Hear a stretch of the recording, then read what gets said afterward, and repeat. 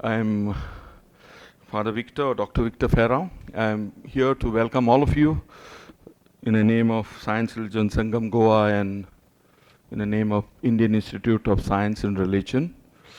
We are going to have a very interesting, important and relevant, perhaps unavoidable discussion about artificial intelligence, which is all around us. We are maybe blessed or lucky to live a revolution in the making. Whoever is using the internet is already experiencing this revolution. Simply an email is sorted out for you and me by a machine. When we work on the Facebook, our friends are sorted out for us. When we do buying at Amazon or Flipkart and other online sites, they sort out and remember what we buy and perhaps tell us. Suppose I buy a book, they tell me, you may be interested in this book or that book. This is simple AI at work in our lives, but it is going to radically transform our human experience. And that's what we are trying to ask ourselves. Something that humanity created and shaped is going to shape us. Of course, anything shapes us, whether we create culture that shapes us, influences us, and AI is not anything different. So let us not be kind of afraid of this new technology, but look forward for collaboration creatively and responsibly with this new technology. There is a lot to fear from it. There are many naysayers and prophets of doom surrounding AI. They are afraid of AI singularity. They are afraid of job losses. They are afraid of AI taking over medicine. They are afraid of AI taking over teaching. They are afraid of AI taking over law. It's driving. We may have smart cars without drivers. They say in China you can have a coffee and pay it with a smile. It's like you smile and there's a face recognition technology of AI using machine learning, and your bank accounts are open and money is passed. Even there are stores that make you look like a shoplifter. You just go in, pick up what you want. There is nobody to give you the bill or payments. You just walk out. Amazon has got such stores in US. There is also in San Francisco something called Cafe X, where you can have the taste of the future. In other words, they say we will give you the taste of the future, the coffee cooked by a robot and served by robots. There are no human beings in this coffee shop. So the world is going to change as we are now, right now, living. And it will going to change our human experience. What will be the way we will respond? Being human in a world of artificial intelligence is a challenge. And therefore we will have to be thoughtful, thinking about these issues. And I'm really glad that we have people who have been doing this thinking for quite some time, working on these issues, which are going to affect us very deeply and personally and individually, each one of us. As ads are going to be customized, they are going to study when we are most vulnerable to buy or even to do some acts which we may not do. Sometimes go and kill someone on the street in a mob. So all this is possible to instigate violence, to do mindless buying and surveillance, which is going to look at all of us, what we do, how we are. Everything is going to afflict our freedom and many, many things of our lives. So while not being afraid, of this new technology, let us hope that humanity still has power over its own things that it makes and continue not to surrender its mastery over AI. So with this short reflection together, trying to position what we want to do today, I thank all of you for coming. And now I invite the speakers. Since we are 4 speakers and a symposium, I thought I myself will do the moderation because it will take much time. We have less time for discussion, and many are interested in more issues around this, and they have a lot to say, and that's the reason I will take over as moderator. I invite Dr. Job of I.I.S.R to come and take his place.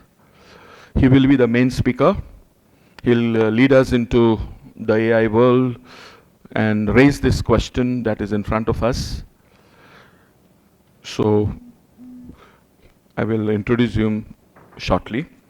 Then Dr. KURUVILLA Pandikatu, please come to the dais.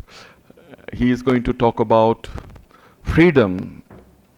Where is our freedom when somebody is keeping a watch over us, surveillance and data being extracted from everywhere, data mining, and data is going to be categorized, sanitized, and maybe used against us or for us. So that type of a thing is coming up. And then we have many ethical questions, and that Dr. NISHANT will do. I call Dr. NISHANT Erudiasan to come to the dais. And I will try to close the issues on around certain issues concerning AI, which are missing, though I have a long paper which I will not take up. For discussions we can bring up, like issues how democracy will suffer, and it's already suffering because of AI. As you know, Trump's election was questioned because of abuse of what you call Facebook. We have Cambridge Analytica creating a big kind of a thing that shocked the world. We have also Russia using the research institute to influence Ukraine. All these things are all on, and in our very own India we have fake news, fake videos, fake things countering. So there's deep fake that is producing truth, and we have stepped into a post-truth society. And how do we live in that type of an environment? And this is another challenge. So all of us will contribute, not that only the experts, but I think this is a very important discussion which we need to carry forward in our homes with our children. I'm happy that a small child is interested in this issue, and we have to, because everything is going to transform, and they are going to lead us into that world of tomorrow, which is ever present right now. As I told earlier, Dr. Job KOZHAMTHADAM, he is the director of Indian Institute of Science. He has got a lot of academic credentials. I really don't have the time to give all the details to you, but he has been a great pioneer of science-religion dialogue across India, and Indian Institute of Science and Religion has worked to bring science, religion, the best of science and the best of religion. It is not about sectarian religion, it's about values, principles that are coming from powerful pillar of our society called religion, and equally powerful pillar of our society called science and technology. Both, if they can guide each other, we can redeem and build a good society. We cannot be blind to science, neither we cannot be lame in front of religion. So all these are important, that we integrate, live a holistic life.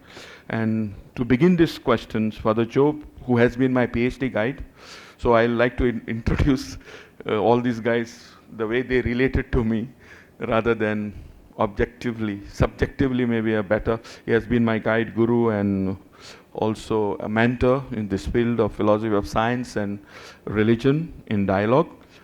And so he has many books to his credit, many articles, and he has pioneered this leadership. He was president of JTV, where I did my PhD, JNANA-DEEPA Pune, and taught there for many years. And now he's running that center in Delhi, Indian Institute of Science and Religion. And he has been always helping Goa to take issues about science, how they affect, and transform society from values, religion, and what we all together collectively think is humane, and take humanity forward. So I welcome Father Job, Dr. Job, to take up the issue on which we want to discuss. First of all, thanks a lot for this opportunity. I want to thank in a very special way Dr. Victor FERRAO and his team who took in the initiative to organize this one. And I thank all of you for coming on this, busy day for this seminar. I hope that we will be able to have a fruitful, productive, and enlightening discussion of this very important subject, being human in a world of artificial intelligence. And by nature, I try to see both sides and see how we can pull together the resources of both sides for coming out with a better product or better future. Okay, let me first of all say just one or two sentences about the organization we have, or the institute we have, Indian Institute of Science and Religion, and then Father Victor FERRAO and many others who are here. They have started a sister organization in Goa, that is Science Religion SANGAM. We have got all over India a number of institutes like this. All our sister institutes of our main center in Delhi, Indian Institute of Science and Religion, Delhi, I.I.S.R, Delhi. What we are trying to accomplish through this institute is to bring together the latest findings of modern science and the deepest insights of religions, plural, religions, to build up a better humanity, a better world, and for us Indians, a better India in our multi-religious, multicultural, and multiracial context. So this is what we are trying to accomplish. And here, this today's presentation or today's seminar is also along that same line. And here, of course, we're taking up mainly the latest achievement of humanity, human ingenuity and human inventiveness, namely artificial intelligence and the various technological wonders that are AI driven, that are dependent on AI. So we are taking up this one, and I, without any hesitation, would say that to date, this is the greatest achievement of humans, this artificial intelligence and the various things which are driven by artificial intelligence. And some of these things I will mention in passing because the time given to me is very, very short. So I will do that in a very passing way, in a very short, in a very, some extent superficial way, because we don't have time to go into depth about some of these things.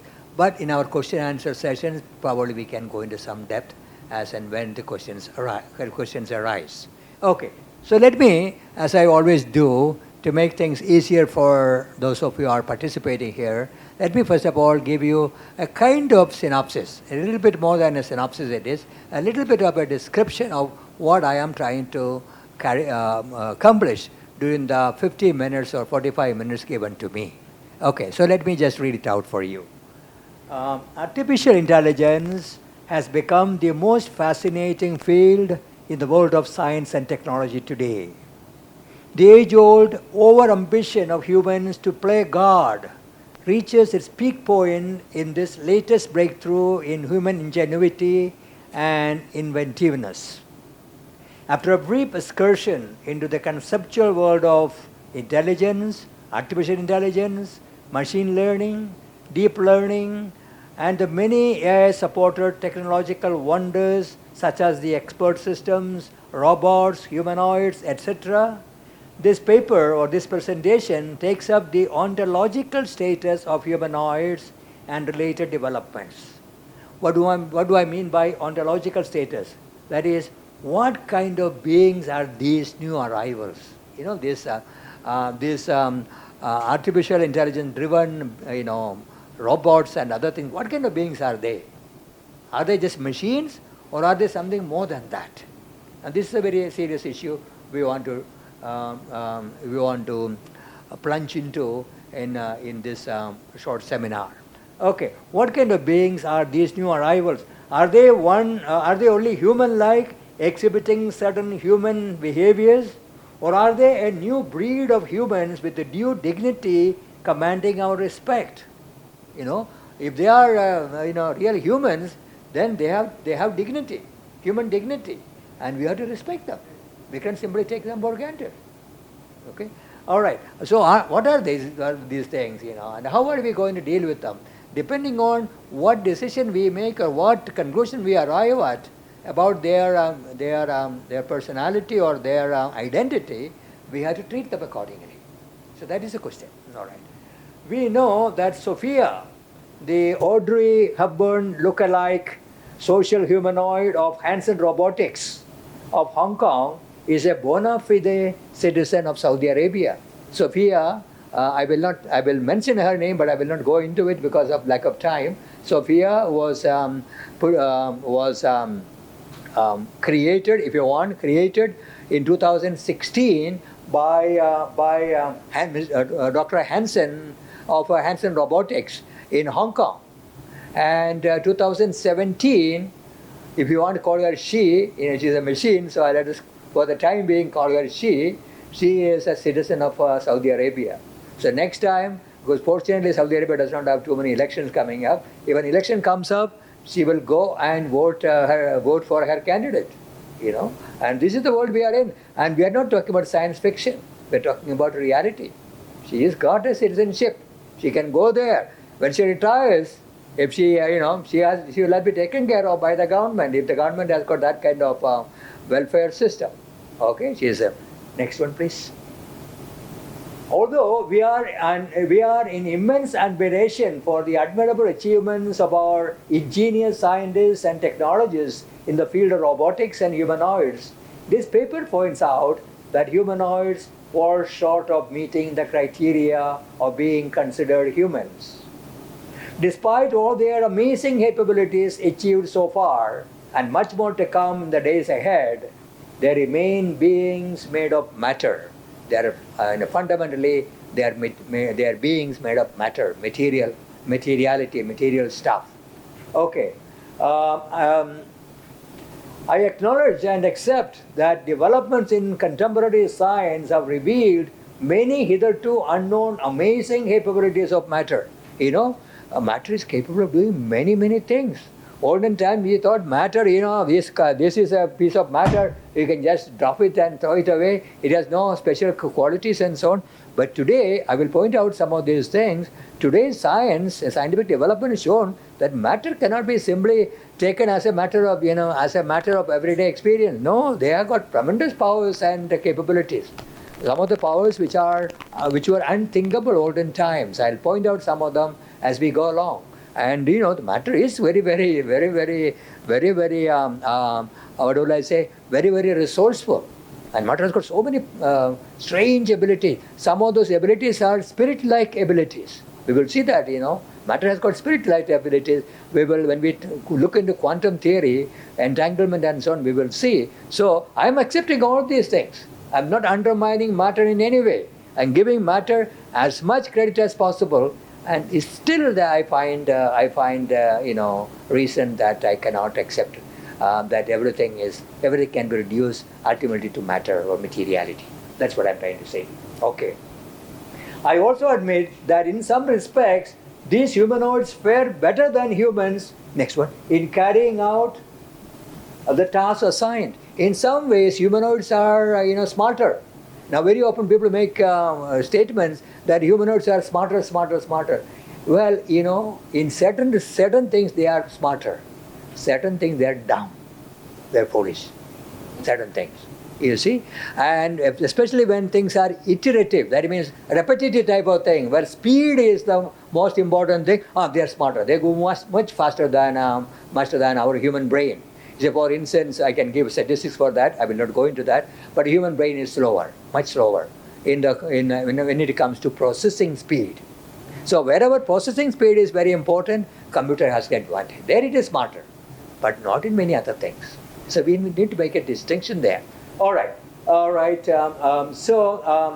Now, still human phenomenon like consciousness, particularly self-consciousness, innovativeness, ability to experience and express inner feelings with emotion and passion, freedom to act against pre-programmed course of action, etc.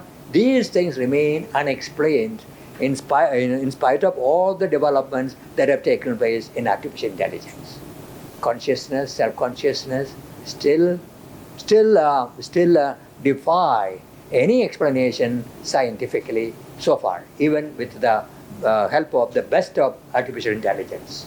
Okay, there are good indicators to believe that these drawbacks reveal the inherent permanent limits rather than temporary limitations put on the capabilities of matter. You see, I'm making a distinction between limits and limitations. You see, we humans have got limits, so I cannot fly. I cannot fly that. There's a limit put on me. Whatever I may do, I as a human being will never be able to fly, at least as we understand what flight is. Okay, so that is a limit, and there is no way I can overcome that. But on the other hand, limitation. Now I see I had an accident just 2.5 weeks ago in Bangalore. A motorcycle came and hit my leg. So because of that, I have a limitation now. I cannot walk. I cannot run. I got a bandage here. Okay, that's a limitation, and limitation will go away after some time when I am cured and so on. But limits will not go away. So what I'm trying to say is some of these things on at AI are limits. They are not limitations. Limitation means that in the future, with the development, you may be able to overcome it. But limit means no. You cannot, as I say, just as whatever be the evolutionary process that is going to take place, I will not be able to fly by myself. I may be able to fly in a plane much faster than I would do myself. But that's a different type of flying. All right. Okay. All right. In other words, humans as humans are endowed with certain powers and capabilities that remain irreducible to materiality as we know it today. And they defy all attempts at explanation in terms of matter, motion, and interaction between material bodies. Okay. This paper points out that although humanoids, next one, however sophisticated, versatile, and capable, cannot be considered co-equal with the humans. I'm making a distinction between co-equal with the humans and collaborators with the humans. And I'm going to argue here that they cannot become co-equals with humans, but they can be very, very powerful, very, very helpful collaborators with humans. So I want AI to continue, AI to make progress. I want the science to make progress, but by all means make progress. But let us realize that they will become very, very helpful, very, very productive, very, very meaningful collaborators. And we should by all means collaborate with them, with the humanoids. But they, as far as I can see, will not become co-equal with the humans. This is very important for me. All right. In many ways, they can greatly facilitate and efficiently complement human endeavors. This is particularly true of industrial robots which can reach locations inaccessible to humans and carry out missions impossible to humans under normal conditions. For instance, in space exploration or interventions in the nano world, space exploration, science exploration is going on tremendously. Now you and me cannot go to, the outer space and start repairing some of those space vehicles, which are so far away from there and under very, very difficult situations. We cannot. But I can send one of those industrial robots over there, and robots will do the repairing and help and find out whatever we want to find out. Very good. By all means, use it. Then nanotubes. Now scientists are developing nanotubes in the small, tiny little atom-sized or molecular-sized tubes, which will go inside your body and repair your, say, for instance, your some DNA deficiency. To repair, it can go inside there. I can get a robot to do that. It can go inside there and repair that thing and then come out. I cannot go inside, I cannot go inside, a doctor cannot go inside your artery or your vein or your DNA and repair it. But this can do it. So by all means, we want that one. You see? So that way they can be very, very good collaborators with us. And so I will conclude this one. Hence, developers in AI, robotics and humanoids must continue unabated. We need to extend all possible support and collaboration in this field of research and development. So this is how I will be going about. Introduction, intelligence. Intelligence is what distinguishes us, at least level of intelligence is what distinguishes us from other living beings. Between a chimpanzee and a human being, you all know this already. This is already old information. There is less than 1% between a chimpanzee and a human being. The genetically the difference is less than 1%. But what a big difference between a chimpanzee and a human being like you and me. And what is the main reason for that? Intelligence. Intelligence really makes the level of intelligence. Chimpanzee also got a certain amount of intelligence, but our level of intelligence is very much higher, you see. All right. And the humans not only know, humans know that they know. And as far as our observation goes, a chimpanzee or humanoid does not know that it or she knows. You see, and so self-knowledge, self-consciousness is missing there. All right, let's proceed further. What is intelligence? Oh, this is a very complicated thing. What is intelligence? Inability to give a universally accepted definition. We cannot define intelligence. There's no satisfactory way of defining intelligence. People may define it. I have come across professors long ago when I was in the U.S. I used to teach there in the U.S. and also interact with people. They have definitions, but these are all temporary definitions or definitions for a particular purpose or a particular circumstance. No, universally acceptable definition not possible. But we can describe. Okay, next one please. We can describe. And some observed characteristics. Intelligence involves perception by an agent of a given phenomenon and getting information about it. Intelligence involves retention of this information as knowledge. Intelligence involves being able to use it successfully as and when required. All these are part of being intelligent. Many more things can be said, but just to give you. Human intelligence, human intelligence is intelligence of human beings. We will not spend any more time because I can do this. Go next one. What is artificial intelligence? Okay, what is intelligence? Some specific features of artificial intelligence. As in the case of intelligence, no universally accepted definition. It refers to machines. Okay, what is this in the artificial intelligence? Artificial intelligence refers to machines. Machines showing features normally associated with human intelligence. These machines are programmed to think like humans, learn new skills, solve problems, and respond to certain commands or situations in a systematic and purposeful way. They do it in a systematic and purposeful way, not at random, not a systematic and purposeful way. Okay. In other words, they behave like intelligent human beings. And that is what artificial intelligence is all about. Some programs associated with AI, machine learning. Well, machine learning is a process of teaching machines new skills and enabling them acquire new capabilities.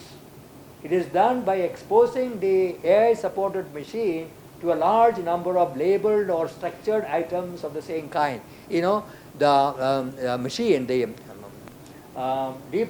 machine learning or the AI machine, you expose that one to to a large number of similar type of or same type of experiences. And slowly, slowly, the machine starts learning that.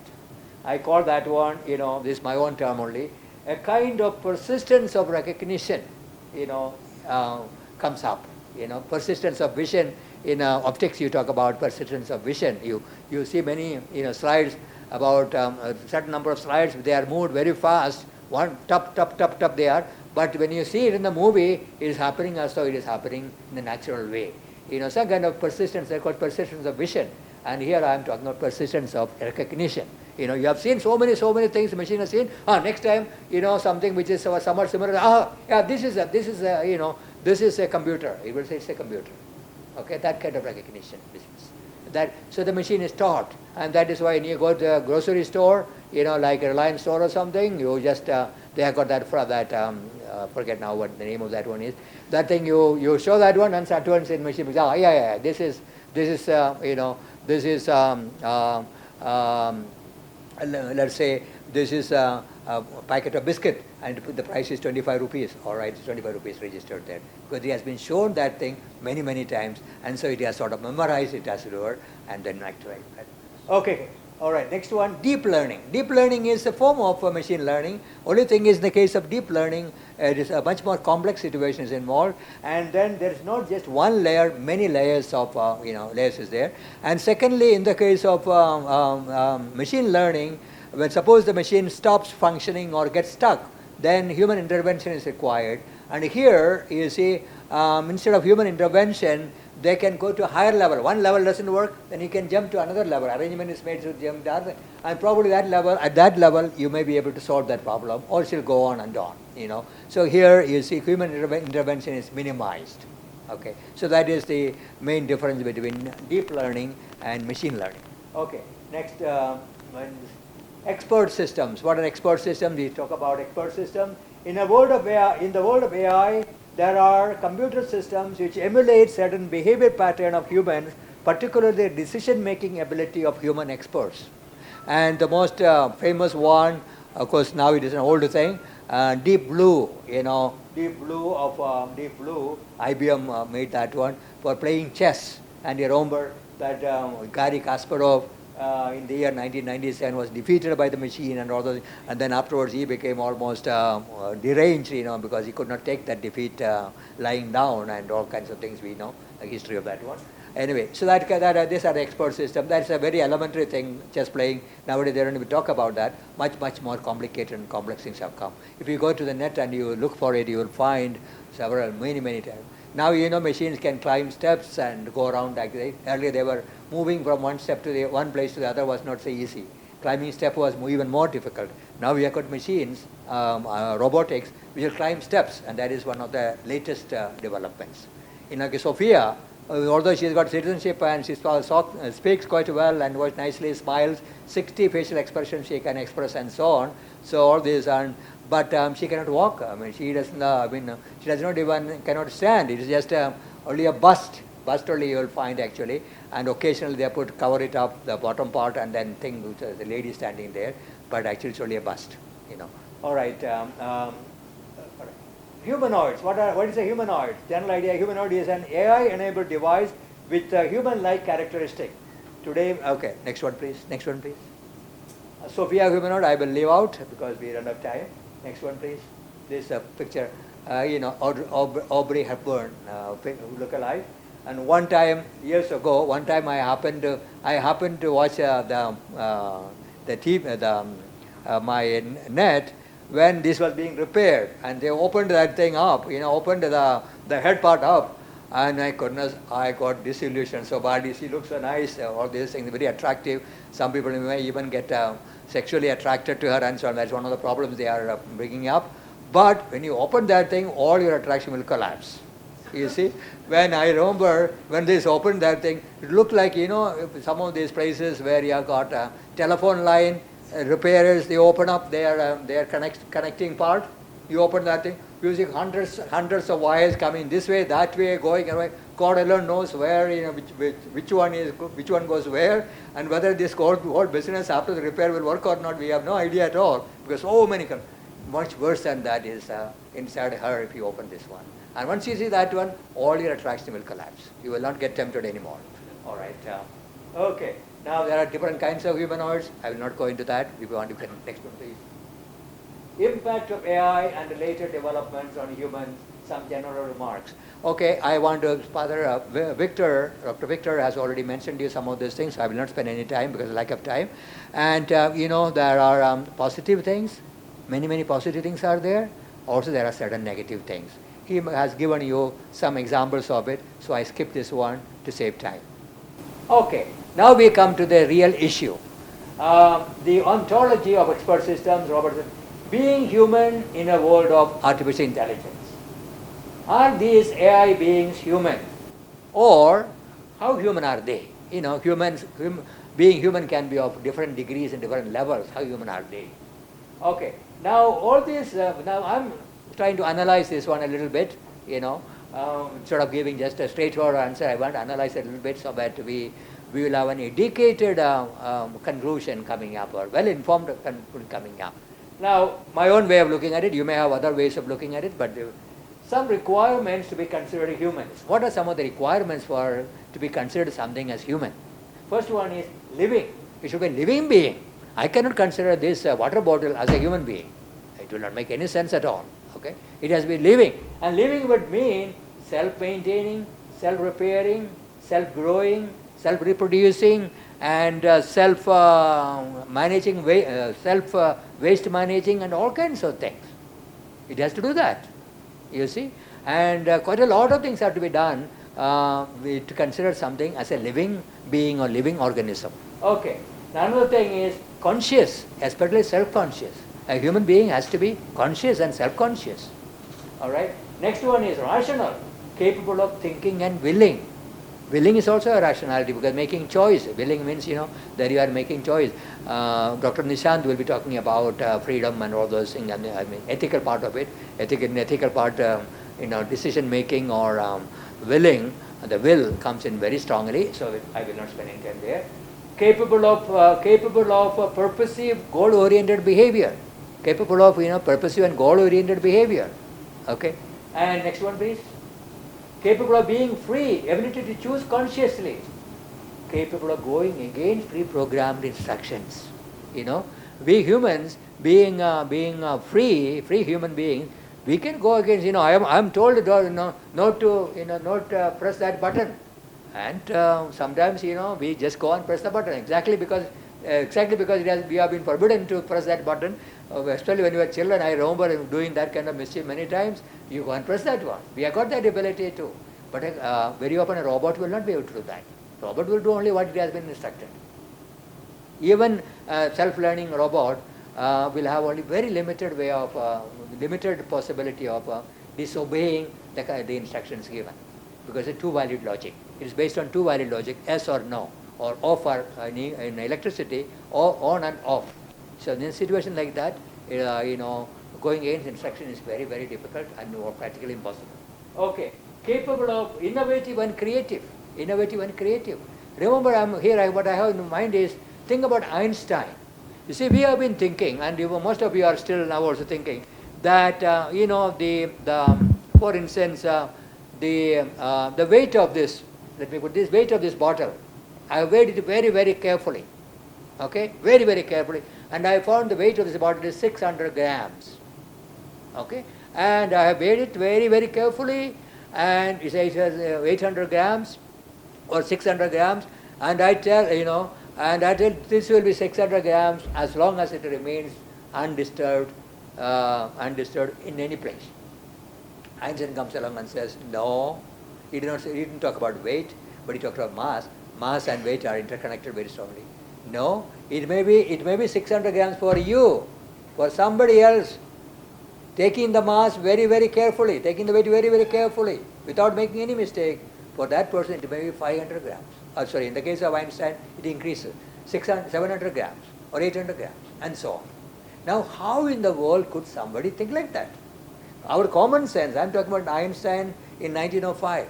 1905, everybody thought that once a mass has been taken correctly, it will remain exactly that. Or let's take a much better thing. this table, the length of this table, I have measured the length of this table and found it to be 4 feet. And everybody will say, if it's exactly measured and exactly found to be 4 feet, it will be 4 feet for everybody, everywhere, every time. Answer says, no, no, no, no. Depends on this frame of reference, it may be. Another frame of reference, it will be less than that. Who in the world could have thought about that? Einstein gave this theory in 1905. He was never, and it was considered to be the most creative theory ever discovered by humans to this day. And yet, and it has been established, because nuclear energy is based on Einstein's general special theory of relativity. Nuclear energy. We all know nuclear energy is a real thing. And in spite of all this, in 1905, he discovered this. And it has been established. And 1955, he died.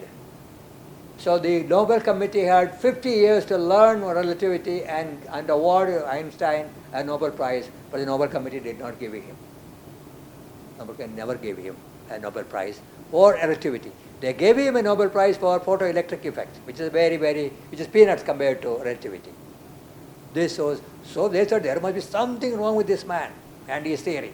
So we will not honor him because we will be held a laughing stock later on by people when they disprove him. You see, that kind of creativity, where will it come from? Where will it come from? From machines? I don't see how it can come from machines. All right. Okay. All right. AI-supported machines fail to be human. They are only human-like. Now the distinction I am making: human-like and being human-like and being human. I think we need to make a distinction between the two. Human-like means certain behavior pattern will be like humans, but being human is you are a human being. There's a difference there. They are made of matter and remain material. Despite all developments in science, it remains clear that pure materiality alone cannot give rise to humanness. Humans seem to have something more. Humans seem to be someone more. At least that is my intuition. Okay, next one please. Some findings of science concerning matter. Now I'm not undermining matter. I'm giving you I'm giving full credit to matter. I've done a lot of research and thinking on this particular thing. The different characteristics of matter. Matter is not dead matter. Matter is very much alive. Matter has got alive in the sense matter has got so many qualities which we attribute to living things. Okay? For instance, see, indestructibility of matter, just like spirit, matter also is indestructible. First law of thermodynamics says that.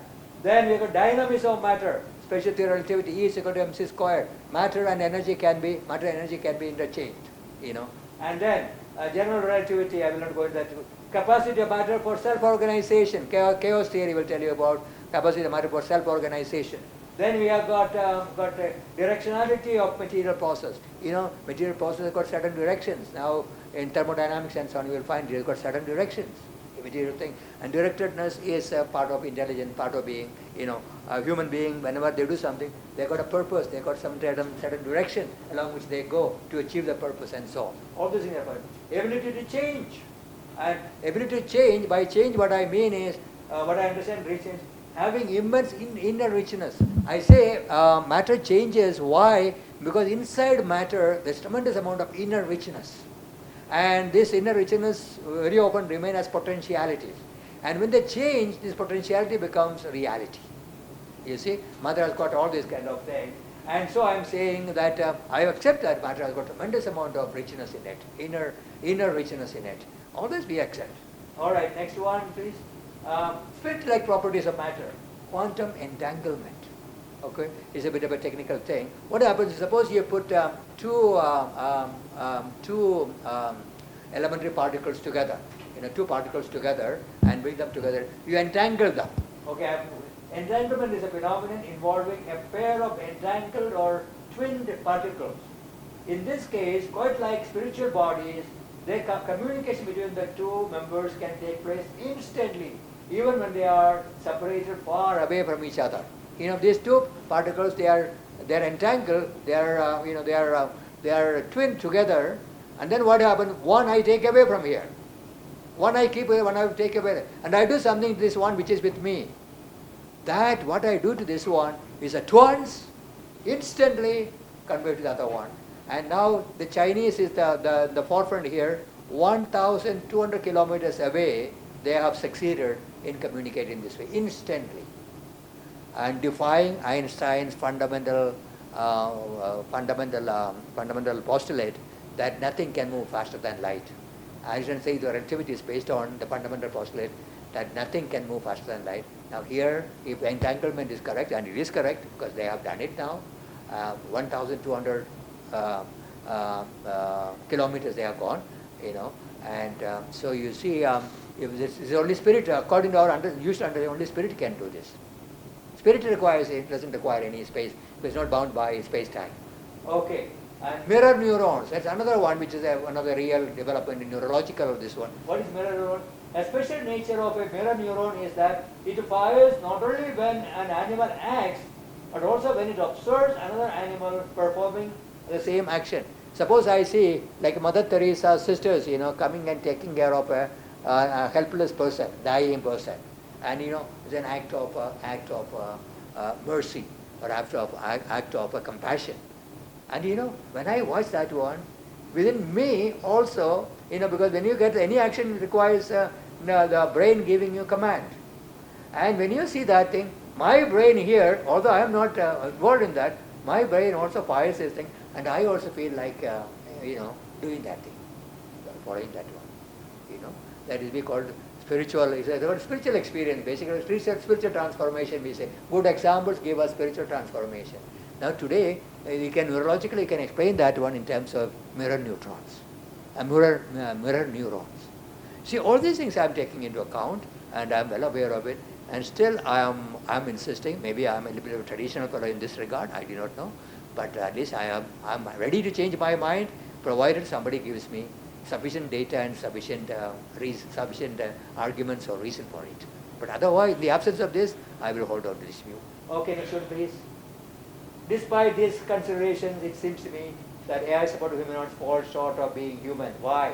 They lack many requirements of being human. Absence of consciousness. No convincing reason to believe that humanoids are conscious, much less self-conscious. And I'm giving an example. I watched Sophia many, many times. One time, she is programmed, very nicely programmed. She can have a conversation with, let's say, in Indian standard-wise, up to second degree college or even third, up to BA level. She can BA, BSc, BCom level. She can, her programming is such that. And nice answer she gives, and she smiles and makes facial expression at the right time, and so on and so forth. All these things. One time, when she was asked, she made a blunder, a stupid answer. I will kill all humans, he said.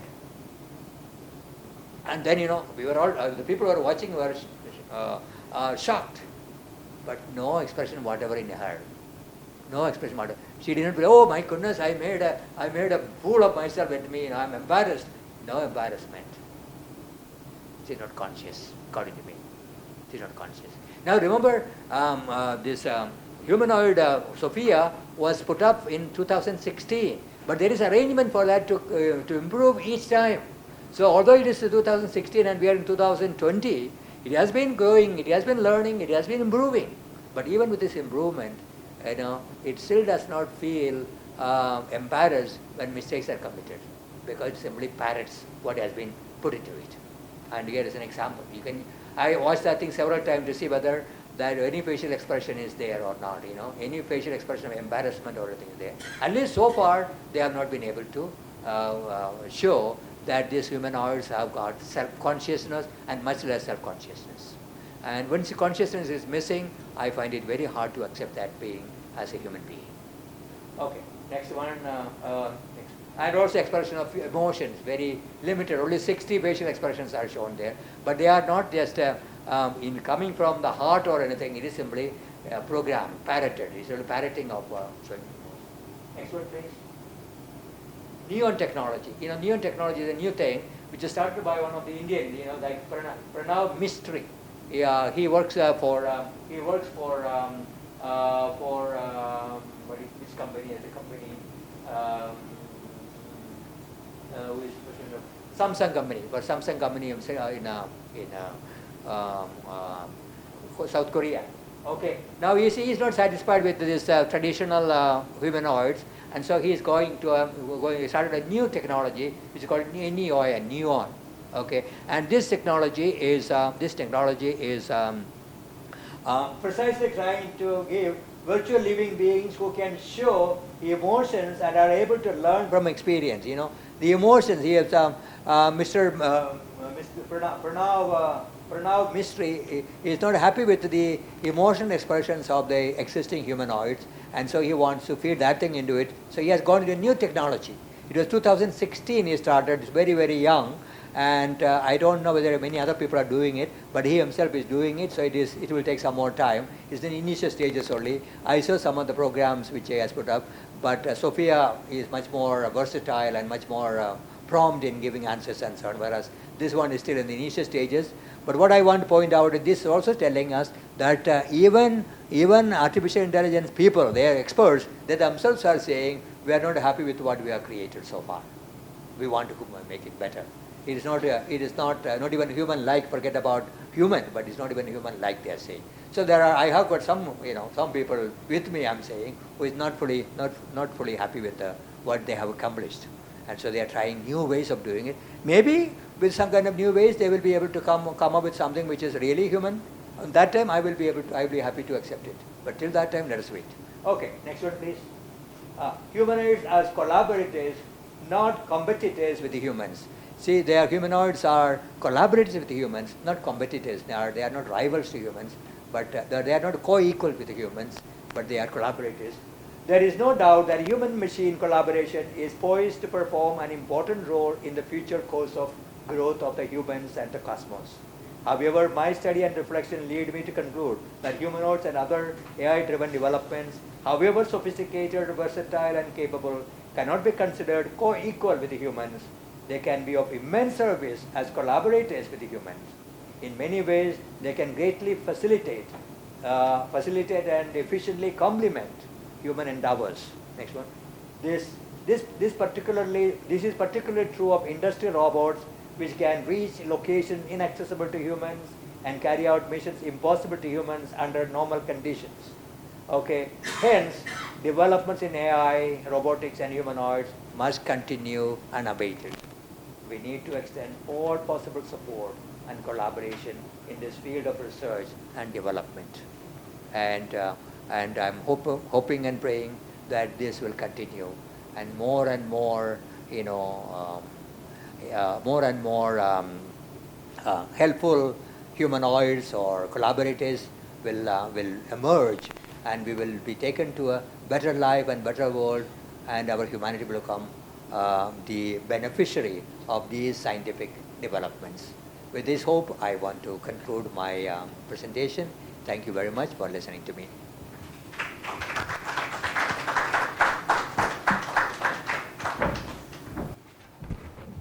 Thank you, Dr. Job.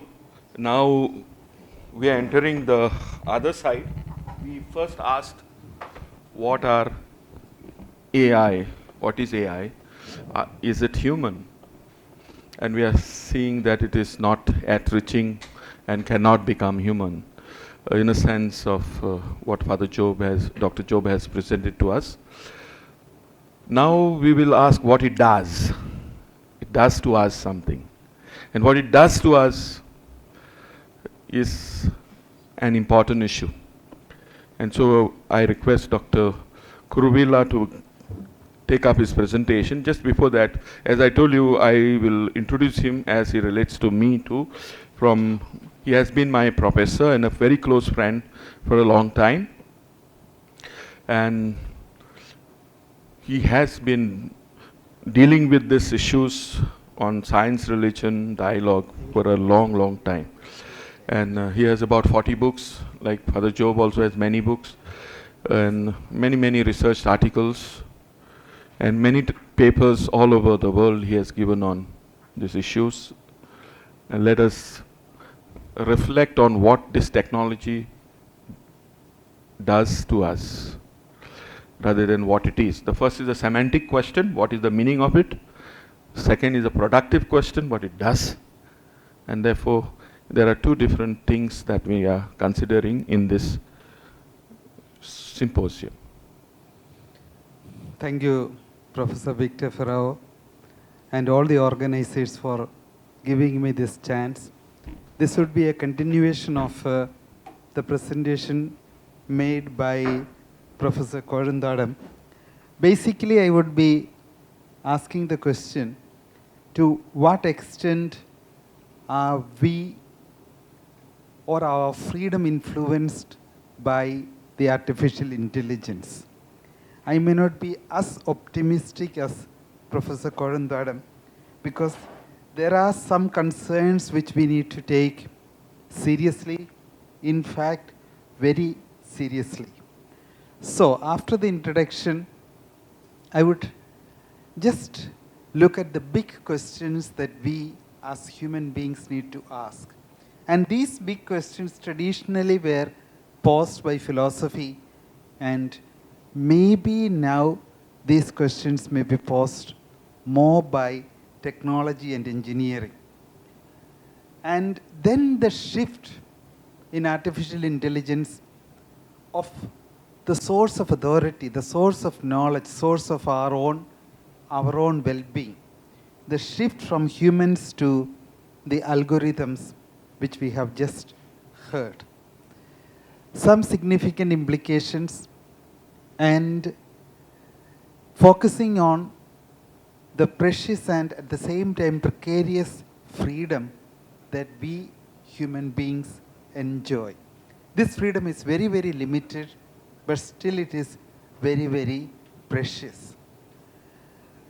This one is actually just a brochure that we at Pune had prepared on this very topic, being human in the age of artificial intelligence. We received about 54 essays, and I hope about 25 of them, the better quality ones, may be published by June. If any one of you want to get the soft copy, these are all students at their bachelor's and master's level. So they may not be very good qualitatively, but they give an impression of what the students think about artificial intelligence. So if any one of you want a soft copy of the book, you can contact Father Victor. He would be able to give this to you. So 25 articles will be published, and you can have a soft copy from Father Victor. The future belongs to man-machine, just as Professor Job was referring to.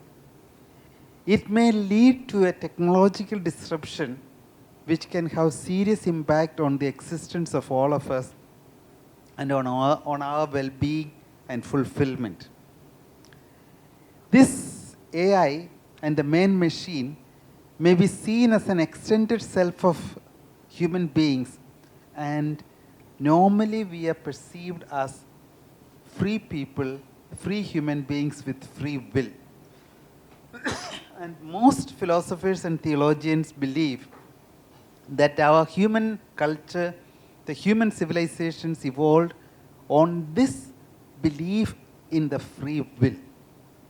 But there are some thinkers who would oppose this free will view. They would hold that essentially human beings are not free, they are deterministic. Within this introductory remark, we can talk about the persistence of things like chatbot and others, which would become smarter every day. And the question is, can they become more and more human-like, just as Professor KOZHAMTHADAM proposed now?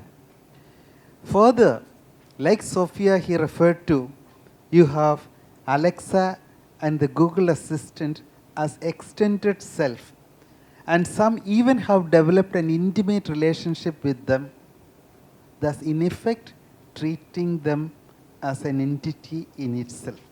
Alexa and Siri and others. So, they are increasing their own computing power, and they are also equipping themselves with the so-called emotional intelligence.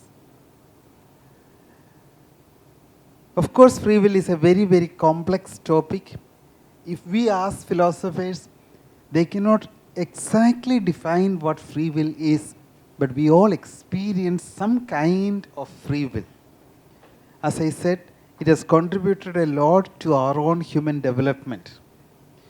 In the context of AI, maybe we need to revisit our understanding of free will from an anthropocentric approach to a new approach where AI is also to be considered. That was the context of Sophia which Job referred to. We may need to move from the AGI, artificial general intelligence, to artificial super intelligence, which may come in the next decade. And the basic question that we need to address ourselves: can we allow the artificial intelligence to hack our own human consciousness, our own human free will? So, in the next decade, the coexistence of humans and the artificial intelligence is going to evolve ourselves into a new social system. Now, first, the big questions. The questions about free will, responsibility, meaning, agency, and even the embarrassment with which Job spoke about. Traditionally, it has been the domain of philosophers. Most of the classical writings have dealt with it in the humanities. But today, these questions tend to migrate from the philosophy department to the Department of Engineering and that of Economics, where technology decides the solutions to these above questions of responsibility, meaning, and so on. Questions like, what do you really want to do with your life? The meaning and the significance of your experiences, they are going to become far more practical, technology oriented than before. The immense powers that technology is giving us, and the ability to change yourself and to change your body, and also to change the brain, is going to put enormous philosophical challenges in front of an average person. So, questions, the larger and the bigger questions of life may not be answered instantly, but technology will come up with deeper and clearer answers. Like in the case of self-driving cars. Now, has the self-driving car an identity of its own? Is it a person? Of course, we know the self-driving car may not be a person. But then, who would be punished or rewarded if the self-driving car makes a mistake or reaches us on time? Technologies like AI definitely is going to reshape the future of life itself, not just of human beings. And in this context, technological disruption is a far more complicated problem because we do not want to give up on the immense potential of AI and related bioengineering and nanotechnology. At the moment, there is no general agreement about what is the best outcome for humanity. And many of the projects that frighten some people get other people very much excited. The second challenge, recognizing the source of authority. Is it in our own human beings, or is it in the algorithm that the computer experts create? And in this context, the troublesome fact, the worrisome fact, we are hackable animals. This is the result of the combination of two enormous scientific and technological revolutions. Organisms are really algorithms, and any algorithm with proper understanding and capability can hack another organism. biological knowledge multiplied by computing power and then further multiplied by data equals the ability to hack human beings. And by hacking human beings, what we in simple words mean is the computer indirectly can decide for me. One of the very simple questions like, whom will I marry? What would be the future course of my action? What kind of a job would I prefer? And when we say the computer or the artificial intelligence can hack us, what we mean is indirectly it can encourage us to choose our particular lifestyle, or in the case of the last American elections, it can make decisions instead of me for which party I would be voting for. In that sense, my opinions, my decisions are to a large extent hacked by the computer. And then, can hacking help me understand myself better than I understand myself? We all know that we understand ourselves to some extent, but there are so many domains in my life which I don't understand, in spite of the Johari Windows claims. So, the claim which Harari makes in Homo Deus is, can technology replace our gods? Can technology itself become a god? And can we understand ourselves better through technology? Of course, these are rather worrisome and frightening questions. Whoever understands me better than I understand myself can not just predict my decisions and choices, and this is crucial, but can also manipulate my decisions and choices and increasingly take decisions on my behalf. And that is what Facebook is accused of having done.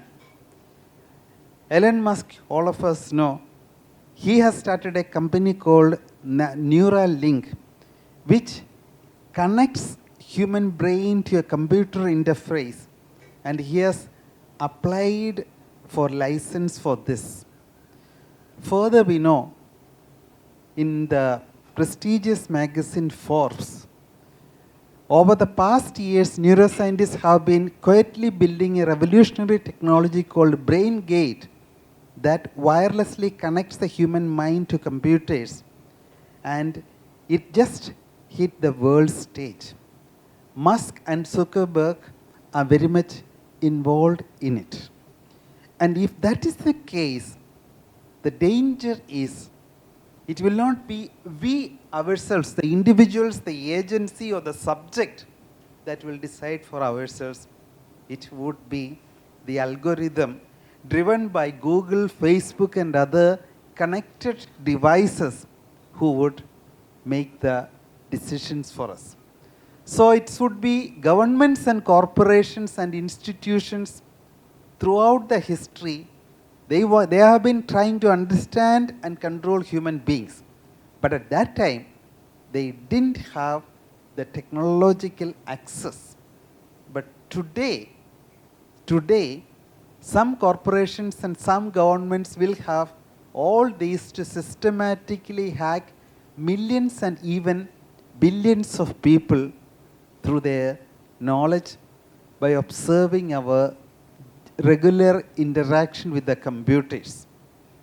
So, social networking sites may be controlling your mind. Here is how to take charge. This was an article that appeared about 4 years ago.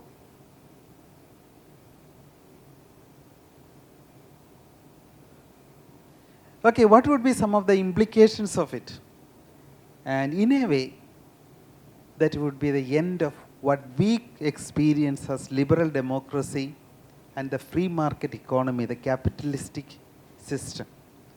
Because the liberal democracy is based on the assumption the voter knows the best and voter is the ultimate authority in the political field, the individual agency.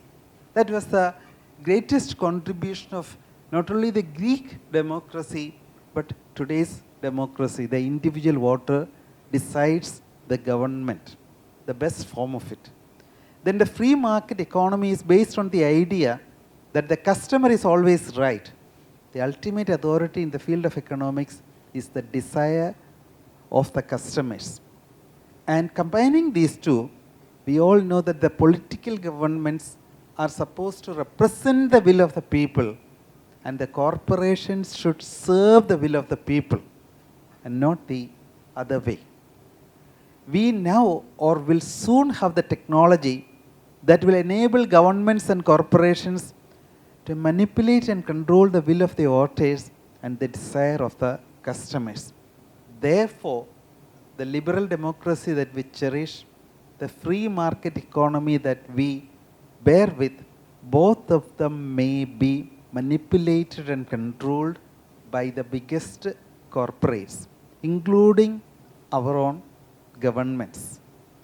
So the idea of being in control of how we act, this is normally traditionally based on our free will, but AI may change it. So the question, are we really in control of ourselves and of our action?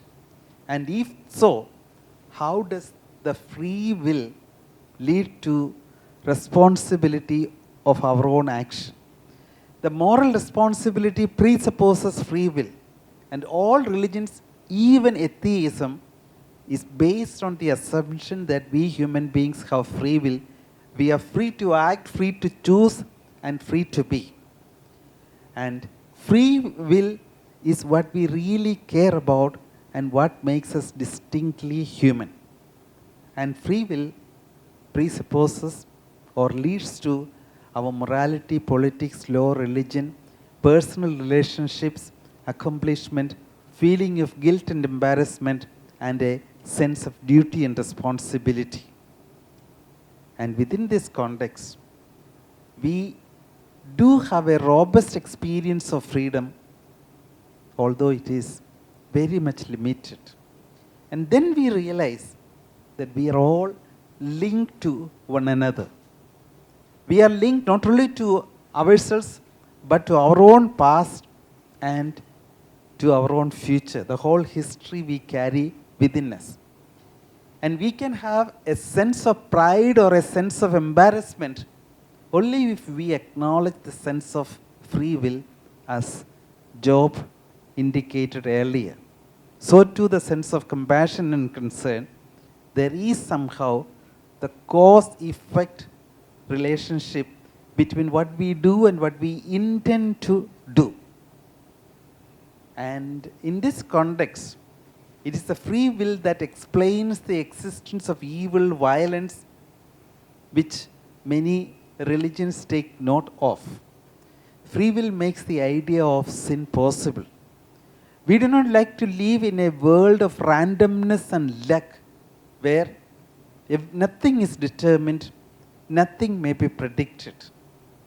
Nor are we fully at home in a world of total determinism or enslavement.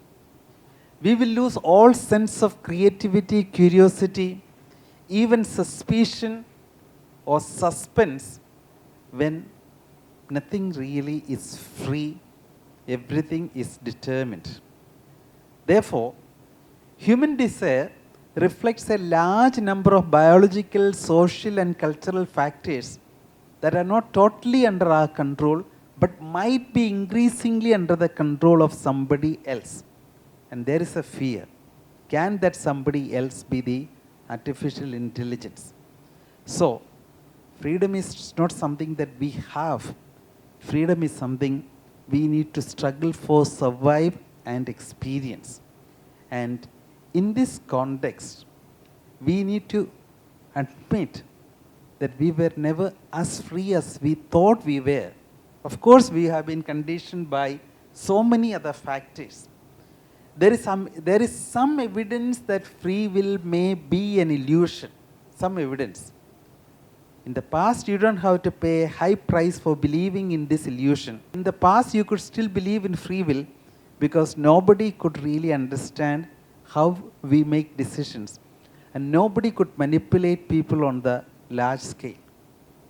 But now, free will might become one of the most dangerous illusions in the world, because it is easy for people to manipulate others who believe in free will. So can we afford to live without this kind of an illusion, the illusion of having a free will? Somehow as human beings, we need at least the traces of freedom given by the free will, so that we can experience surprises in life, joy of being, waiting, hoping and expecting, and openness to the unknowable. So far we have thought of the big questions being pushed from philosophy to technology. Can our authority comes not from ourselves but from algorithms? Some significant implications, and the need to preserve that precious and precarious freedom. That is what we have been doing. Some concluding thoughts. We cannot totally control our thoughts. The experience of the present moment, even the simplest sensation, is built upon layers of unconscious processing for us classically. The unconscious machinery produces not only our perceptions, but our thoughts, intentions, actions, and decisions. An American scientist, Benjamin Libet, found that the time lag between the moment you think you decided to do something and the moment at which your brain decided, Libet found that the brain decided a few milliseconds before you thought about it.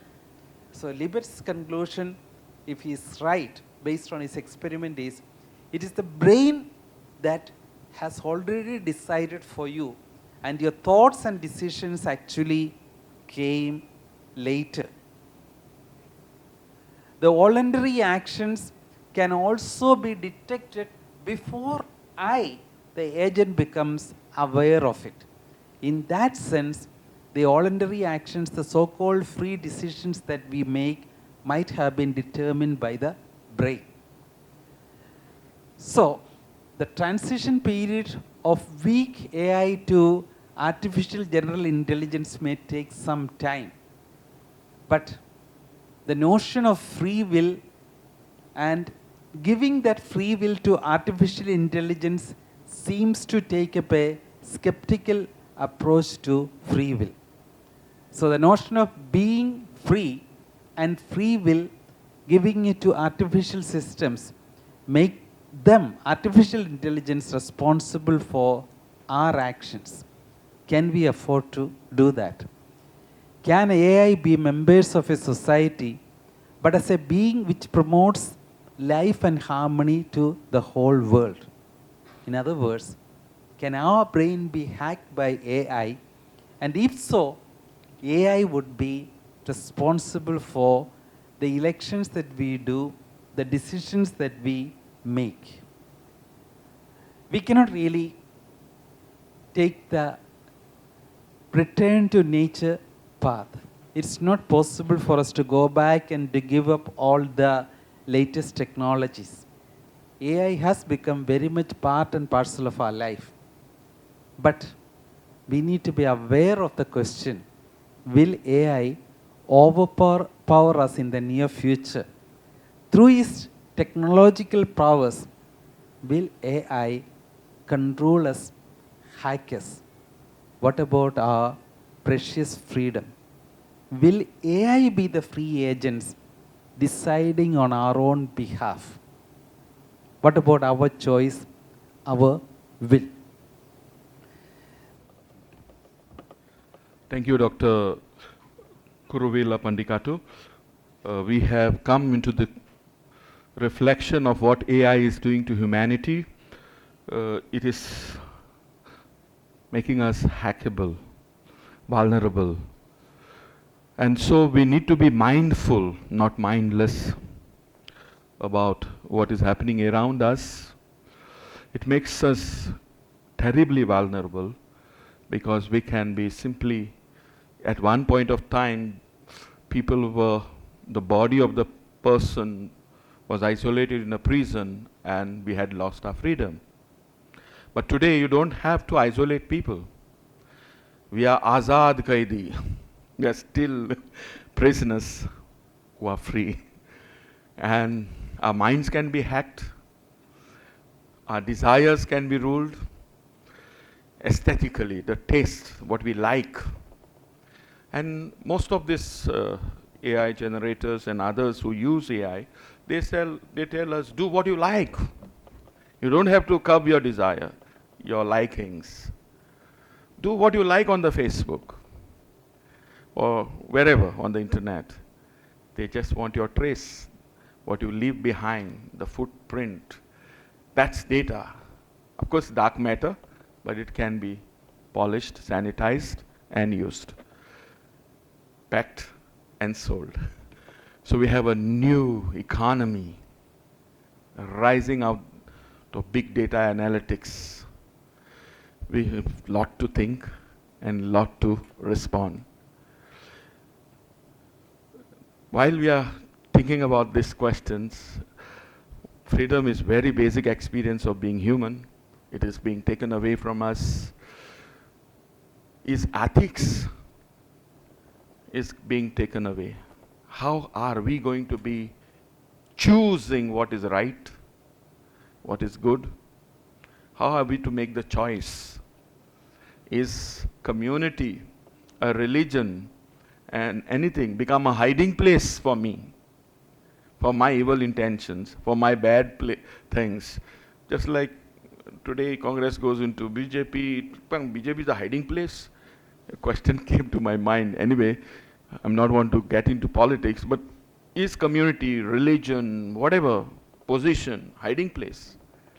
And so in some way we become kind of vulnerable, even more than before.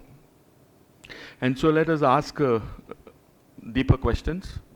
As I will invite Dr. Nishant to take us into the world of ethics and AI. And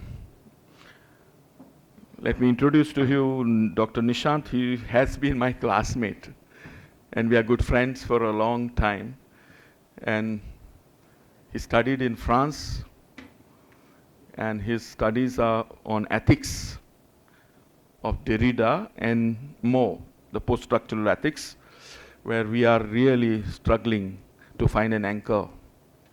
And if everything around us is shifting, my feet is not on a firm ground, with AI it is going to be exponentially increasing change around me, and therefore ethical reflection is part of our important change world and society that we are. So I invite Dr. Nishant to take us into this important reflection. Thank you, Victor. As you see, on a lighter note, I refuse to be enslaved by artificial intelligence. So I'm not using PowerPoint. I'll be just speaking to you. I know it's almost going to be noon. We had enough food for thought. Maybe it's real food for time for food, physical food for nourishment. I shall not eat too much into your lunch time. Dr. Victor told me I can take 15 to 20 minutes, right? So I have a paper I'm trying to sum up now. I will give the major ethical concerns and how people have been, governments and other corporates have been trying to address some of these ethical questions. And of course, then I will come back to the question of free will at the end. The whole ethical debate in artificial intelligence became very significant with the publication of a book titled Superintelligence, Paths, Dangers and Strategy by an Oxford University philosopher and researcher by name Nick Bostrom. In the book, he describes the potentially devastating consequences of artificial intelligence beyond that of human imagination. If this catastrophic scenario is not entirely shared by the experts of artificial intelligence, it has nevertheless helped to launch a global debate on the ethics of artificial intelligence. For example, we have these ethical reflections that are led by GAFAM. You know, GAFAM, that is the acronym for the big tech companies like Google, Amazon, Facebook, Apple, and Microsoft. They together launched a non-profit organization in 2016, and that non-profit organization is called Partnership for Artificial Intelligence for the benefit of citizens and society. And the purpose of this is to reflect on the challenges of artificial intelligence and to formulate good practices in order to guarantee an ethical artificial intelligence that benefits all of us.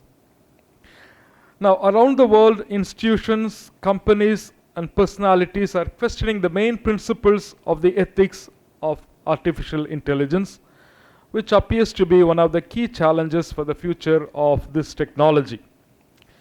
Now, if you regularly read magazines and even newspapers, for the past several months, not a single week has passed without the announcement of a new initiative aimed at defining an ethical benchmark for artificial intelligence. This happens on the international level. It also happens among the countries that have signed the Economic Cooperation and Development Treaty, and also in Europe. They all work on this subject of ethics. However, in this regard, there are three types of bias. The most obvious one is associated with the data itself and its quality. If the data on which artificial intelligence works is fed through those who created it, the results produced will obviously be biased. So it depends on who feeds the data. The second drawback is the construction of a model which should be responsible and ethical by the choice of the variables which constitute it. Now, contrary to the popular belief, it is not easy to know what we are discriminating, because bias is often embedded in procedures, not in intentions. Now, this becomes clear with an example. Now, suppose if you want to include the geographic location as a criteria, as one of the variables we want to feed into this artificial intelligence. Now, the geographic criteria may be relevant in some cases, just like natural risk management. Now, this geography is prone to flood situation, and therefore the artificial intelligence used in that place should respond to this, and so on and so forth. It is very relevant. But in other cases, this geographic criteria may not be relevant, and it can be counterproductive. For example, if you apply this in the distribution of bank loan or giving job, they can prove to be discriminatory, just as ethnic and economic criteria can be discriminatory. Therefore, it becomes difficult, it is also equally important, to be able to build a reliable artificial intelligence model with and without this variable to measure the discriminatory impact. So you need to have certain artificial intelligence where this variable is included, and other models where you don't include, and see whether there is a discriminatory impact on this particular area. So that is a huge task that is there. The third risk, which is rather rare, is operational and concerns above all the application of existing artificial intelligence to new areas without considering the biases induced by this change of perspective. Now, the business companies try to use certain already existing ethical paradigms to build the most responsible and most ethically aligned model. And basically, they rely on two ethical approaches which are sometimes complementary and sometimes conflictual or competing. Now, the first one is called the Deontological Model, which comes from the Kantian tradition. It is based above all on moral principles like the law of robotics of Asimov. Asimov came up with the famous 3 laws of robotics decades ago.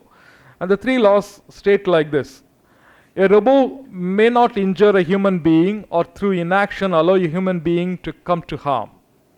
The second law is a robot must obey the orders given it by human beings except when such orders would conflict with the first law. That means the first law is not to injure the human being.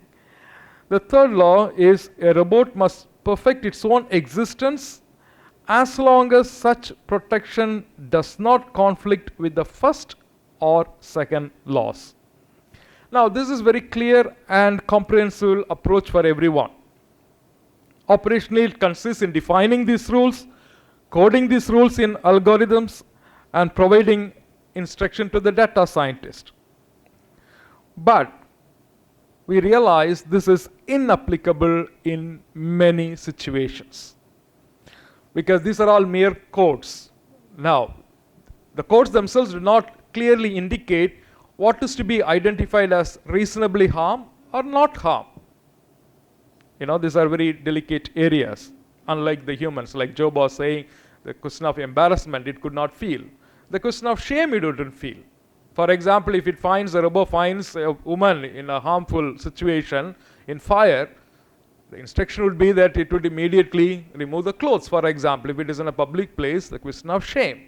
Is there a way in which it can make some kind of interpreting this not harming as the humans would do, taking into account how it would impact that human in distress at that point in time? So that would be a problem. It is not therefore applicable in many situations, at least. The second approach, which is inspired by Anglo-Saxon philosophy, is called consequentialist.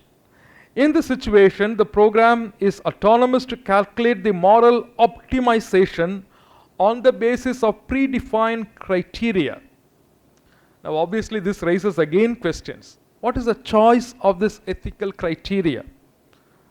And again, the explicability of the results. How do you explain these results are the preferred ones, are really the moral ones? Which is obviously the classical ethical debate. So it also comes into the artificial intelligence. Beyond these two approaches, people who are engaged in this artificial intelligence also come out with ethical statements and principles that are praiseworthy. But it seemed to forget references to universal value system. Let us take, for example, the Smart Dubai approach, the government agency responsible for transforming Dubai into a smart city. Its first principle is ethics. It states as follows: artificial intelligence systems should be fair, transparent, responsible, and understandable. However, no reference is made to any universal value. It also specifies the artificial intelligence should benefit human beings and be aligned with human values. And even it states that artificial intelligence should benefit all of the society, be governed at global level, and respect the dignity and rights of individuals. But without specifying which rights or which human values are involved. In short, no reference is made to the main traditional principles of human rights and other structuring international treaties to which Dubai officially adheres. The concepts cited are so broad that it is possible to include anything you want in the name of rights, in the name of value. A generic and ready-to-use repository usable by any country regardless of its political regime. There is also an approach called the moralizing ethics, that which wants to go even further than the great universal text, which invokes even more generous principles at the risk of being completely hollow at best and inapplicable at worst. This is the path taken by the group of experts mandated by the European Commission in its draft Ethical Guidelines for Trustworthy Artificial Intelligence. It was published in December 2018. After recalling that artificial intelligence had to respect fundamental rights, the authors recommend that all artificial intelligence projects take into account the following 5 principles: beneficence, to do good; non-maleficence, not to do harm; the autonomy of human beings; justice; and the last one is explicability. Now, at first glance, it is difficult to oppose such principles. But are they reasonable and relevant? The working group merely took the first 4 main principles from bioethics. Now, if these principles that are used in bioethics are clear in the medical context, they appear much more vague in terms of artificial intelligence, which we find applications in a multitude of sectors. The working group specifies that artificial systems must not harm humans. It already seems complicated to apply even in the context of autonomous vehicles. Now, it depends for what this autonomous vehicles is used. Is it normally by the citizens, civilians, or is it used in security or in defense? Now, if you code it not to use harm, it wouldn't serve the purpose, for example, in defense, because the purpose of using something in defense is to make sure that the opponent is defeated. And that's not all. The inappropriate resumption of the principles of bioethics inevitably misses out on all the potential impacts of the artificial intelligence in terms of information manipulation, as was the case in the Cambridge Analytica scandal. So if there is a misinformation or information manipulation is there, then it's a different ball game altogether. Beyond these major charter projects, certain individuals, some leading public figures, state major ethical principles without really understanding what artificial intelligence really is, forgetting that these are just algorithms who manipulate data, sometimes stupidly, often painstakingly. For example, the fact that humans must stay in the loop is one of the ideas most commonly perceived as ethical. Whatever is done, it should be for the best interest of the human. The latter already indicates a misinterpretation, since the interest of artificial intelligence is indeed its ability to be much more efficient than humans in terms of analysis and decision making at critical moments. When an obstacle suddenly appears on the road, an artificial intelligence will always react faster and probably better than a human driver. Likewise, with hypervelocity or stealth missiles, the detection of the threat is followed by a reaction within 5 seconds, a period of time far too fast even for a trained human being. Now, this is what the artificial intelligence is capable of doing. But on the other hand, it is undoubtedly relevant that the human being keeps control over the artificial intelligence. That is to say that the human has permanently has a capacity to take control if necessary. On the one hand, you say the human is imperfect, that is why the artificial intelligence is needed. On the other hand, you say, well, it should be the imperfect human beings who should have the control. There seems to be ambiguity here. Another concept often mentioned is discrimination. For artificial intelligence to be ethical, it would have to be absolutely non-discriminating. The problem lies in the definition of this term. It is true that German car manufacturers effectively recommend any absence of discrimination in order to best resolve the famous tram dilemma. This is one of the famous dilemma in ethics. A tram running in a track, 5 people are working. If the driver changes the track, then of course the one man who is supposed to be working there, he will be hurt. Now there is a dilemma. What should he do? Now, but there are many situations where, on the contrary, the role of artificial intelligence is good to choose and therefore to discriminate, whether it is a question of distributing customers as well as possible on a train, or of selecting which is the best candidate for a position. You say it should operate on a non-discrimination principle. But what is artificial intelligence best suited for is to make the right discrimination in the right place, who is the best person for position. In reality, what matters is the absence of unexpected biases in the results provided by the artificial intelligence. Now, to conclude, we really don't have to worry about robots terrorizing our cities like in the film I, Robot. But there are serious ethical and social issues that we need to face quickly, because the next wave of computing power is coming with the potential of radically alter and improve human experience. Thanks to high-speed wireless capability and rapid advances in machine learning, new applications of artificial intelligence are being created every day. For technologists, this is an exciting new frontier. But for the rest of us, we are right to ask a few questions.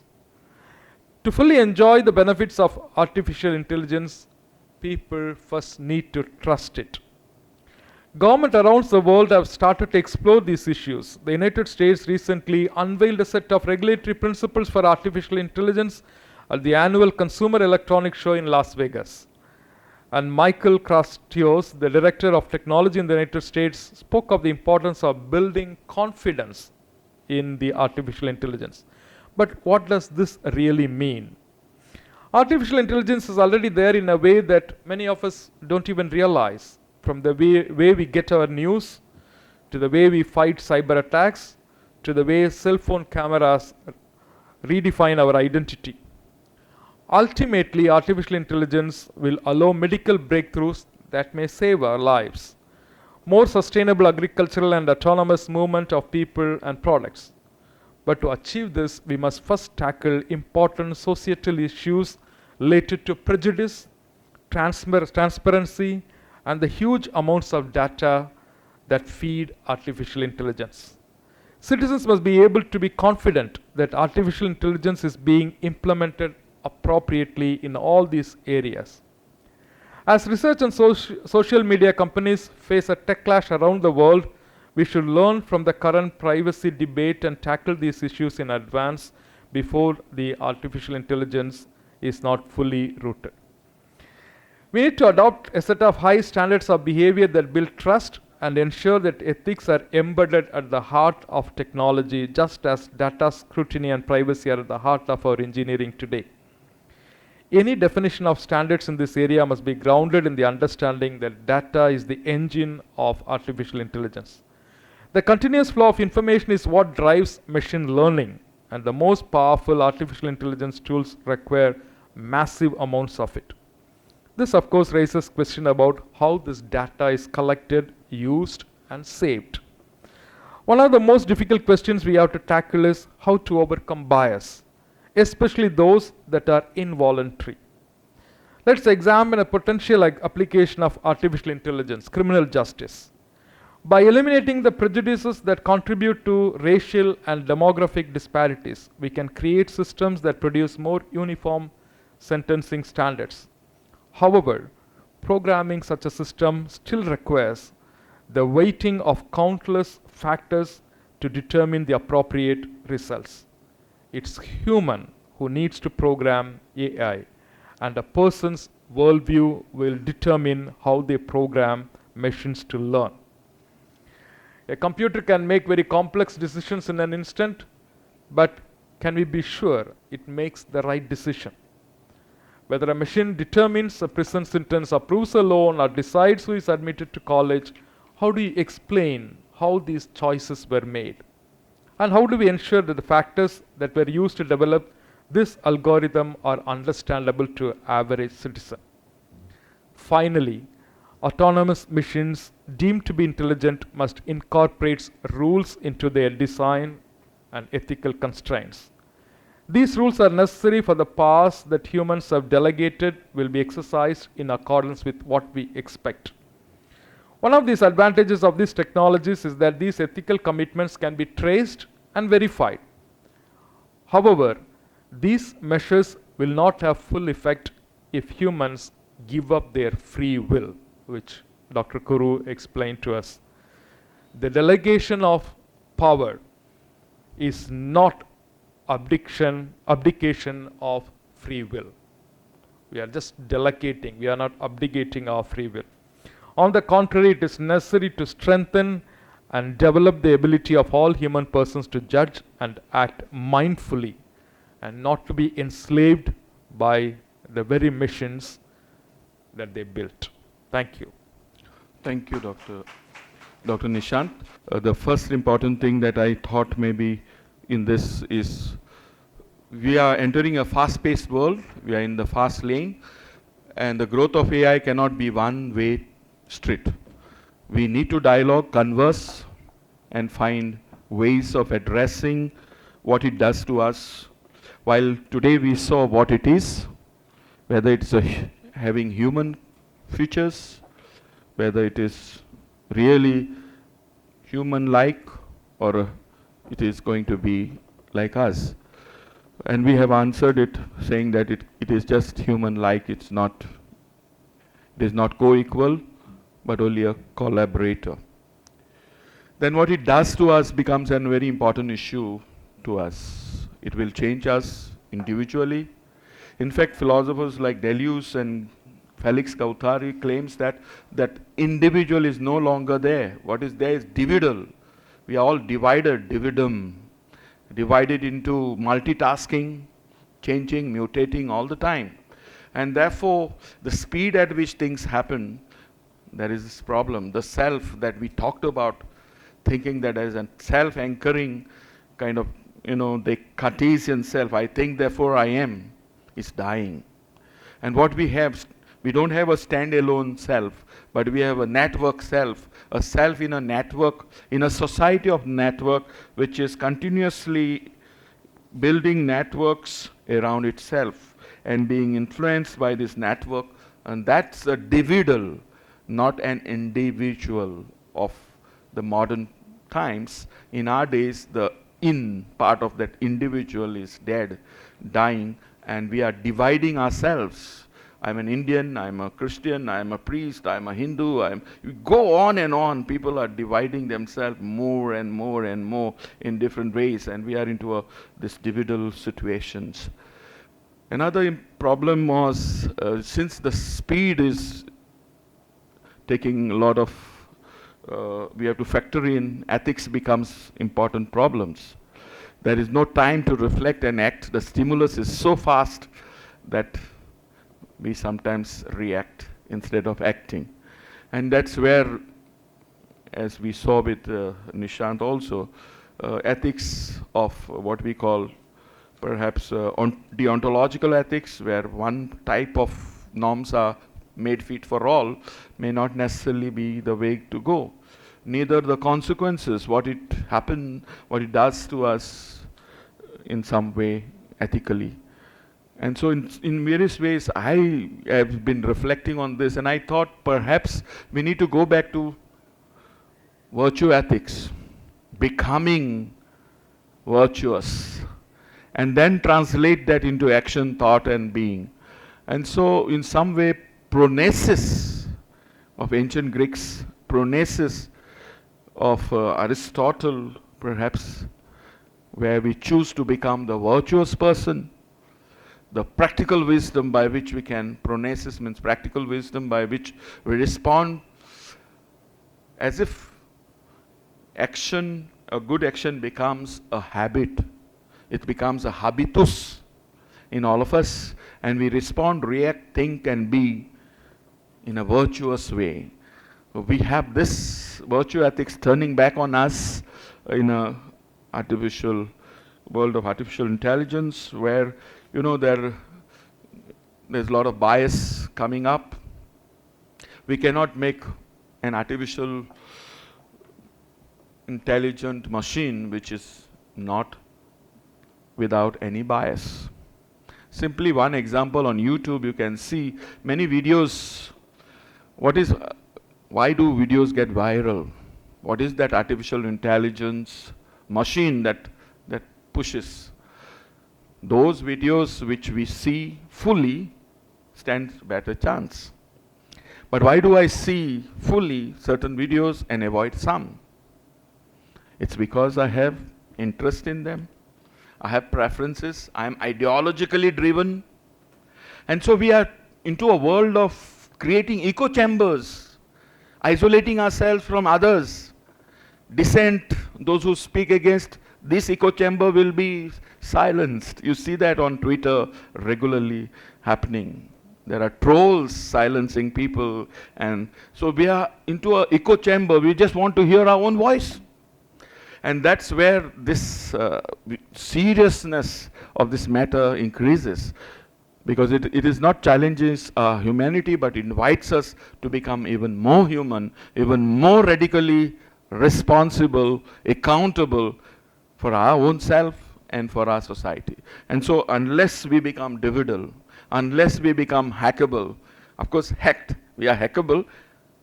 Difference of being hackable is not being hacked. And so lest we get hacked, it is time that we look at these issues critically and think with attention what they are doing to us, to our society, to our families, to our faith. We are becoming parasocial. We are all over the net. We are living in social network societies. And so no algorithm which is ethical we will not find. There is no algorithm for truth. There is no algorithm for good. They are all neutral. They can be used for good and for bad. The best algorithm, using Kuru's language perhaps, is myself. And it is only I who is this algorithm, who is an intelligent human being, who can do what I call tentacle thinking. Think with tentacles which are open and receiving messages from all directions and choosing to respond emancipatively, creatively and responsibly. So this is what I wanted to say in short. Because we have less time, I try to summarize our situation. There are a few things we overlap here and there because we independently prepared ourselves. So in some way, we have to become more human. That's the message into a world of artificial intelligence. We cannot abdicate our freedom, as Dr. Nishant would say, to machines and get hacked. We have to stay responsible, wakeful, aware, alert, mindful about changes that have big consequences on each one of us and our society. With this, I will now invite questions. You can, anybody among you could raise a question to any of us. And in the artificial intelligence, we spoke about the matter. Dr. Jobs spoke about the matter and hence have dignity. I have a question based on our faith. That is, how will this matter in artificial intelligence relate us to us on life after death? Because there is a thing in our faith that our bodies will combine with our soul on the last day.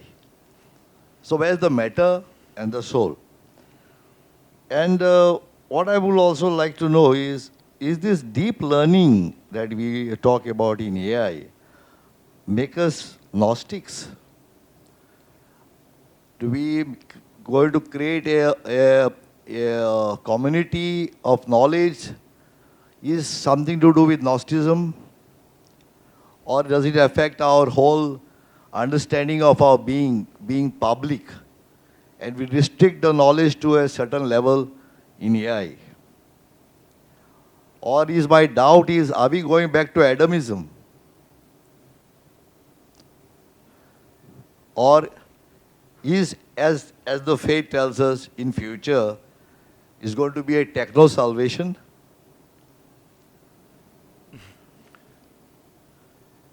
So here in AI, we don't have something called forgiveness, compassion, or empathy. So will it be suicidal to decide on this? Technology decides, that's what Dr. Kuru said. He spoke about Johari window, but is technology going to decide? Or Johari window will put us into a deeper, meaningful, compassionate, all the feelings, consciousness into picture? What will be like Hiroshima bombing, that we do artificial, or maybe it's sort of artificial intelligence, and then the bomber himself commits suicide? With this question, should we begin discussion further? Yeah. Many issues have come up just now, what Dr. was saying. So I will not be able to respond to all of them. One general remark I would want to make is time has come for us to reconsider some of our traditional beliefs. Death, life after death, and all these things have to be understood in a different way. And we have been taught, or we have been brought up with certain beliefs about faith and so on. And these beliefs had a context, a background, set of presuppositions. And many of those presuppositions are being challenged, questioned. For instance, what do you mean by death? What is it that dies? And what do you mean by, and we talk about resurrection. What is it that is going to resurrect? Is it the body which we bury and it gets become a part of the dust or whatever it is there? Or is God going to collect all those things together and put up that thing and then stand up and then it comes in resurrection and you got that person as he or she died is coming back? Is that what it's going to be? The whole I've been thinking for the last several years. What is it? Now I'm 74. It's time for me to think about what is going to happen to me, and so I don't have a clear answer. Recently I came to I read a book which is giving me some kind of an idea, which I have not yet absorbed and made personalized it. So I cannot share it with you without personalizing it. Okay, but the thing is, what I want to point out is many of these traditional ideas had to be revisited. And most of these ideas emerged in a static world. A world where you said, God created this universe with certain laws and this thing. It's a perfect universe. And we humans came and messed around because of our wrong use of free will and so on. And God has come and fixed it up, or at least tried to fix it up. So now follow what the Lord has told us and then do this refixing. And this whole business is highly questionable, the whole understanding. We live in a dynamic world where there is no fixed rules. There's no fixed criteria. We are living in a world where the rules are being changed. And we have to accommodate or adjust ourselves to these rules in a dynamic way. And so the whole thing has to be revisioned, and then only some of these answers can emerge. In other words, I will not be able to give you an answer which is, this is the answer. Well, all that I can say is, at this moment, given these things, this is the answer. And tomorrow, a new situation may arise, and I have to rethink again, because that is what is meant by, what is implied by a dynamic world. And we are in a dynamic world, constantly changing world. So I tell people that we simply cannot get rid of this dynamic world, living in a dynamic world. We cannot fix it and say, should we diagram this way. All that we can do is become part of this dynamic world and move with it. And while moving, try to direct it, give it some kind of a direction which will be helpful for us, which will be salubrious for us, which will be for our good. So give only directions. We cannot call them back, come to this principle, come to this principle, come to this thing, come to this thing. No, we have to be moving. And while moving, try to direct it in such a way that it will be helpful to us, advantageous to us, and also helpful to the community we live in. So this kind of dynamic spirit has to be absorbed. Otherwise, we will be lost. Of course, I understand I am not very definite, because there's no definite answer to it. That's what my position is. Thank you, Dr. Job. Science is marching ahead. Religion has to catch up. Our theology is geocentric, most probably. Science has become cosmocentric, and multi-universe is knocking at our doors. And so, we in theology need to do our homework. Unfortunately, all religions, including my own, need a lot to reflect. We have not done much, and we are with geocentrism of Aristotle rather than what has happened in the 21st century and before. The whole quantum revolution, relativity, nothing has been appropriated to understand God nor understand ourselves. Kuru, do you have something to share? Because there was one to you. Yes. The question of Johari window is very simple, straightforward. 1/4 of myself I know, 1/4 you know, 1/4 both of us know, and 1/4 no one knows. That is very simple, straightforward. But then, as Victor and Job was saying, today's cosmology says that we know only 5% of what really exists. In other words, 95% of what really exists in the universe is composed of dark matter and dark energy, which we know exists, but we have no idea. We have no idea what it is. We have no way of accessing them. And that should be a humbling experience for all of us. Now, coming back to artificial intelligence, Facebook and other social media works, they gather information at a tremendous pace about each one of us and store them. They are definitely, they know so many secrets about me which I myself do not know. Therefore, if knowledge is power and power corrupts, they have so much of power over us, making us almost like, not fully, making us almost like slaves.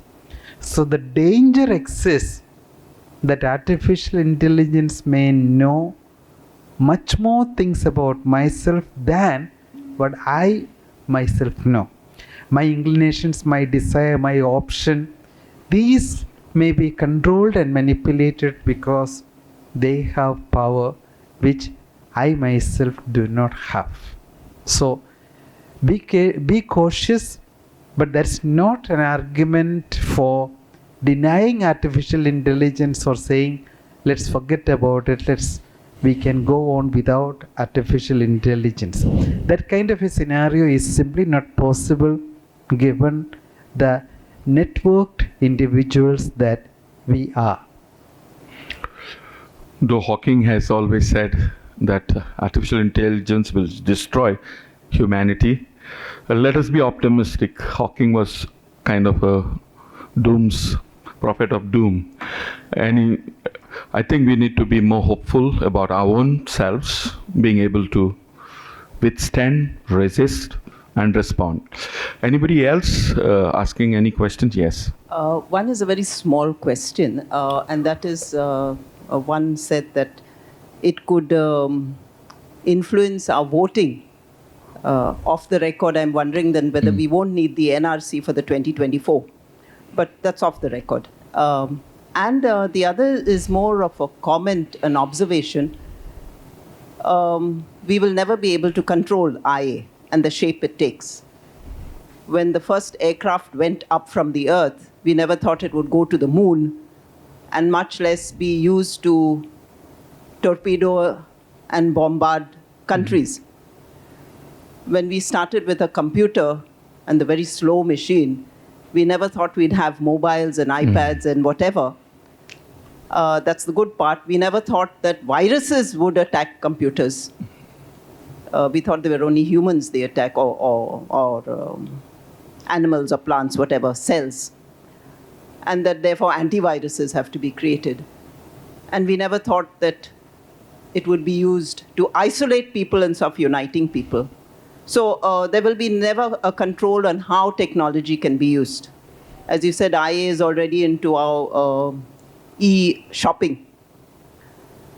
And it also lends itself to consumerism and materialism. So there will always be the good and the bad. But I think we need to have a vision ahead and not wait for the evil to get out of control. And that is to look at our systems, our institutions. our education institutions, our spiritual institutions, and begin to strengthen our value system, which is already haywire. But we need to start it from young. It's not the adults who need to be educated, but rather right from the young, our institutions have to give the proper values, because once values are changed, it's very difficult to bring it to the path. Thank you. Yeah, thank you. Yeah, you? In fact, I had a similar thought in my mind, because AI is both awe-inspiring as well as frightening. And I had the same thought. I said, I was thinking, what a role teachers have to play today in shaping the minds of the young. But this technology is moving so fast. I'm wondering, what will be because already there are robots working side by side with teachers in the classrooms. Okay, so we leave the content to the robots and we kind of concentrate on the values. But I'm saying technology is moving so fast. Who knows already that the teachers' minds will be manipulated? So how can they reach out in good, sound values to the children? Secondly, what if children are custom made? And so the children that are already there, young ones in our classroom, at what age are they really would be moldable? Because if they are already influenced by this. So finally, what I'm trying to ask is, what will be the role of teachers and how relevant will they be in this fast-moving technology? The role of teachers, the role of lovers, caregivers, all kinds of questions are there. Could you respond to her? What would be the role of teachers tomorrow and today with AI around us? You see, again, it's a very difficult question to answer. One thing is that, as I was mentioning in my previous intervention, we should not go with preconceived set ideas about reality. That again smacks of, or at least that again takes us back to this static world where fixed things are there, and you go by those fixed principles and fix this thing. That everything is dynamic, and so we should be prepared to change. Now, what the teachers can do is prepare our people to expect the unexpected. They should slowly learn that we are living in an imperfect world, governed by imperfect laws, and to begin with, we ourselves are imperfect humans living in an imperfect world, governed by imperfect laws, and trying to groping in the dark, groping to grasp the perfect. This is what I tell some of my students.